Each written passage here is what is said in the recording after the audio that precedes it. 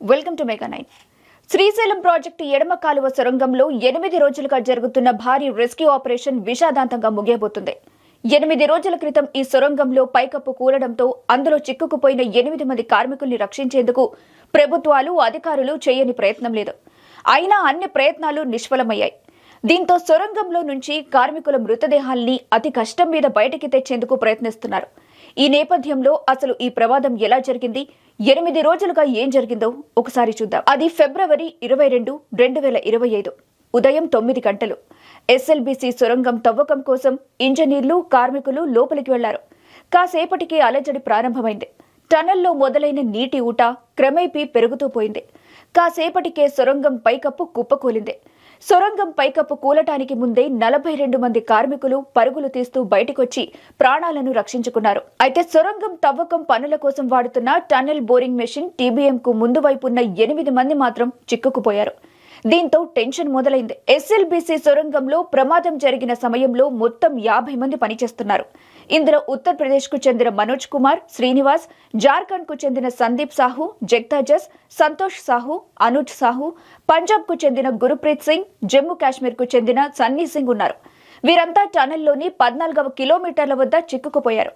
సొరంగం తవ్వే టీబీఎం 120 నుంచి 150 మీటర్ల పొడవు ఉంటుంది. సొరంగం తవ్వకం పనులు చేసే కార్మికులు, ఇంజనీర్లు, ఇతర సిబ్బంది రైల్ వ్యాగన్ లాంటి వాహనంలో టనల్లోకి వెళ్తారు. ప్రస్తుతం పూర్తయిన 13 కిలోమీటర్ల సొరంగంలోకి వెళ్లటానికి గంట సమయం పడుతుంది.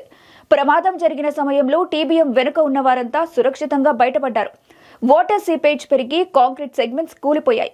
దీనికి తోడు నీరు, మట్టి కూడా టీబీఎంపై పడిపోయాయి. అయితే ఇవి పడిపోవడానికి ముందే వాటర్ సీపేజ్ ని గుర్తించిన కార్మికులు, సిబ్బంది 42 మంది బయటకొచ్చారు. అయితే నీటి ఊట క్రమంగా పెరగటంతో ఒకరు కొట్టుకుపోయారు. పక్కనే ఉన్నవారు అతన్ని రక్షించి బయటకు తీసుకొచ్చారు. వాస్తవానికి ఎస్ఎల్బీసీ టన్నెల్ 2 వైపులా తవ్వకాలు జరుగుతున్నాయి. ఇలా మొత్తం 40 కిలోమీటర్ల సొరంగం తవ్వాల్సి ఉంది. శ్రీశైలం జలాశయం ఎగువన నుంచి సొరంగం తవ్వుతున్నారు. దీన్ని టన్నెల్ 1 గా పిలుస్తారు. టనెల్ 1 పనులను నాగర్ కర్నూల్ జిల్లాలోని అమరాబాద్ మండలం దోమలపెంట వద్ద ప్రారంభించారు. అచ్చంపేట మండలం మన్నెవారిపల్లి వద్ద టనెల్ పనులు పూర్తి చేయాల్సి ఉంది. ఈ టనెల్ పనులు 9.56 కిలోమీటర్లు పూర్తి చేయాలి. ఈ టనెల్ తవ్వకం సమయంలోనే ప్రమాదం జరిగింది. అవతలి వైపు అంటే సొరంగం నుంచి నీళ్లు బయటకు వచ్చే ప్రాంతం నుంచి మరోవైపు నుంచి సొరంగం పనులు చేస్తున్నారు. ఈ టనెల్ నల్గొండ జిల్లా చందంపేట మండలం తెల్దేవరపల్లి నుంచి నేరేడుగొమ్మ వరకు ఉంది. దీన్ని టనెల్ 2 గా పిలుస్తారు. టనెల్ 1 లో సొరంగం పనులు 2019 డిసెంబర్ 20లో నిలిపివేశారు. టనెల్లో 13.936 కిలోమీటర్ల వద్ద సొరంగం పనులు చేసే సమయంలో వాటర్ సీపేజ్ రావడంతో పనులను నిలిపివేశారు. ఈ ప్రాంతంలో మట్టి వదులుగా ఉంటుంది. దీంతో త్వరగా మట్టి కింద పడిపోయే అవకాశం ఉంది. టనెల్ పనులు జరుగుతున్న సమయంలో గోడలు జారిపడే అవకాశం ఉంది. సొరంగం తవ్వే సమయంలో మట్టి కిందకు జారకుండా సిమెంట్ గ్రౌండింగ్ చేస్తారు. అయితే వాటర్ సీపేజ్ కారణంగా ఈ సిమెంట్ గ్రౌండింగ్ కూడా పైకప్పు నుంచి ఊడిపడ్డాయి. మరో 10 మీటర్లు సొరంగం తవ్వితే వదులుగా ఉన్న మట్టి ఉన్న భూమి బదులు గట్టి భూమి వచ్చేదని ఇంజనీర్లు చెబుతున్నారు.